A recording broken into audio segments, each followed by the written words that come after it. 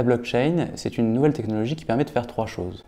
C'est avant tout une technologie qui permet de faire des transactions en ligne sans intermédiaire, c'est-à-dire de permettre à deux individus de commercer directement l'un avec l'autre sur Internet, sans passer par une banque, sans passer par une compagnie de carte de crédit et sans passer par un site de e-commerce.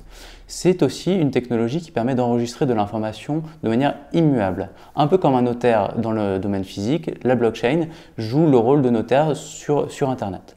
Enfin, la blockchain, c'est une technologie qui permet d'héberger ce qu'on appelle des smart contracts, c'est-à-dire des logiciels qui vont permettre d'automatiser des transactions entre des objets connectés. La blockchain, c'est un grand registre dans lequel sont inscrites toutes les opérations des participants au réseau. Dans ce registre, chacun peut faire une opération, ajouter l'opération au registre, et le registre est dupliqué dans chaque ordinateur du réseau. Ainsi, chacun a une connaissance totale de toutes les opérations qui ont été faites par les membres du réseau sur cette blockchain. Ça permet à chacun de savoir si la personne qui, par exemple, veut vous envoyer un Bitcoin ou un Ether, c'est-à-dire la monnaie de la blockchain, est bien en possession de ce Bitcoin ou de cet Ether au moment où il réalise la transaction et de s'assurer qu'une fois la transaction réalisée, ce Bitcoin ou cet Ether ou ce jeton de valeur de la blockchain a bien été transféré à la personne qui est supposée le recevoir.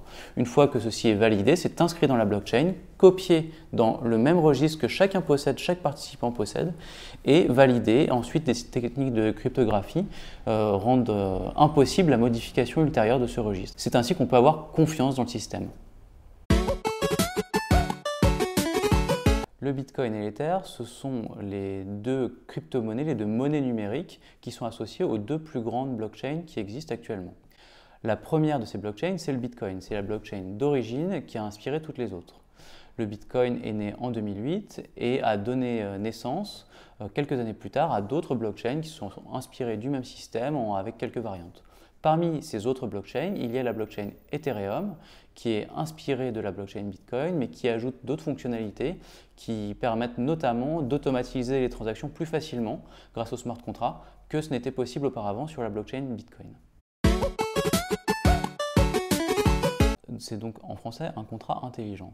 Ce qu'on appelle un contrat intelligent dans le domaine de la blockchain, c'est quelques lignes de code qui sont inscrites dans la blockchain et qui vont permettre d'automatiser des transactions entre des objets connectés.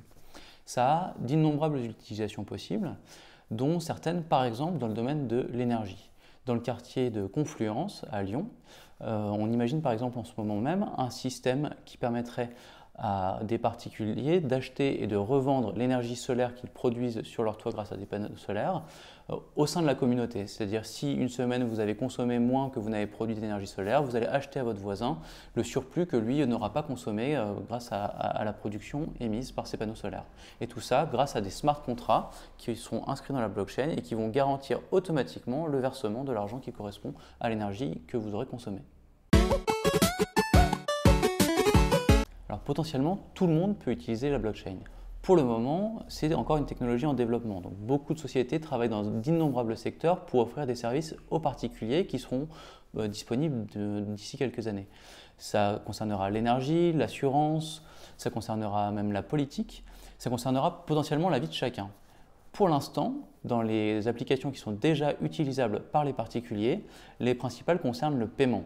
Donc, une utilisation simple de la blockchain, c'est par exemple d'acheter quelques bitcoins, d'utiliser une application de bitcoin et de payer avec son téléphone portable dans les quelques magasins qui, par exemple à Paris, mais aussi dans des villes de province, acceptent déjà le bitcoin. Vous pourrez ainsi avoir une première utilisation, un premier abord de cette technologie et appréhender un petit peu mieux comment elle fonctionne. Si vous voulez vous lancer dans la blockchain ou découvrir le Bitcoin ou l'Ether ou d'autres monnaies numériques, je vous recommande de faire appel à des sociétés qui ont pignon sur rue, qui sont déjà réputées dans le secteur et dont vous pourrez trouver des exemples dans l'ouvrage. La blockchain a une histoire assez étonnante.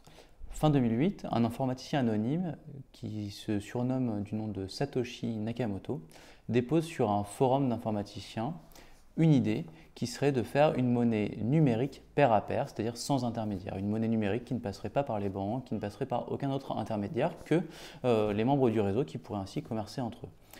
Cette monnaie, c'est le Bitcoin. Pendant quelques années, le Bitcoin connaît une existence relativement confidentielle entre les informaticiens, cryptographes qui utilisent cette technologie.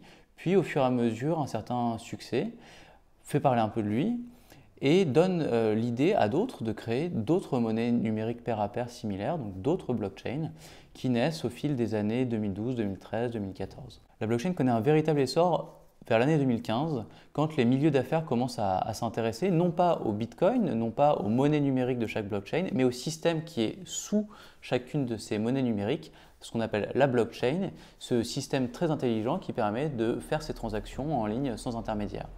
Chacun y voit alors de multiples applications à un potentiel très grand qui va donner naissance au phénomène blockchain dont on entend désormais parler dans la presse et qui a été analysé dans ce livre.